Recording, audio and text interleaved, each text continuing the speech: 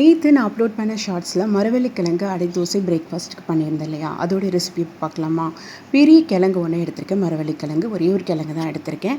இதுக்கு வந்து பார்த்திங்கன்னா ஒரு 100 கிராம்லேருந்து 150 கிராம் வரைக்கும் இட்லி ரைஸ் சேர்த்துருக்கேன். நான் பொன்னி ரைஸ் மட்டும் தான் ஆட் பண்ணியிருக்கேன். இது கூட வந்து பார்த்திங்கன்னா இது இருக்குல்ல கடலைப்பருப்பு, அது ஒரு 1/4 கப் கடலைப்பருப்பு சேர்த்துக்கோங்க. 4-5 வரமிளகாய் இதெல்லாம் சேர்த்து நல்லா வாஷ் பண்ணிட்டு ஊற வச்சுருங்க. ஒரு 3 ஹார்ஸ் நல்லா ஊறட்டும். அதுக்கப்புறம் இதை வந்து நம்ம கிழங்கு க்ளீன் பண்ணி எடுத்துக்கலாம். ஒன்று வந்து நல்லா சீவி எடுத்துக்கலாம், அப்படி இல்லைன்னா நம்ம வந்து இது மாதிரி பீசஸாக கட் பண்ணிக்கலாம்.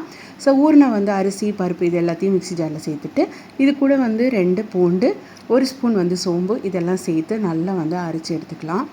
ரொம்ப வந்து மைய அரைக்கணும்னு அவசியம் இல்லை. இது கொஞ்சம் திக்னஸாக அரைச்சிங்கன்னா அதோடைய டேஸ்ட் வந்து ரொம்பவே நல்லாயிருக்கும்.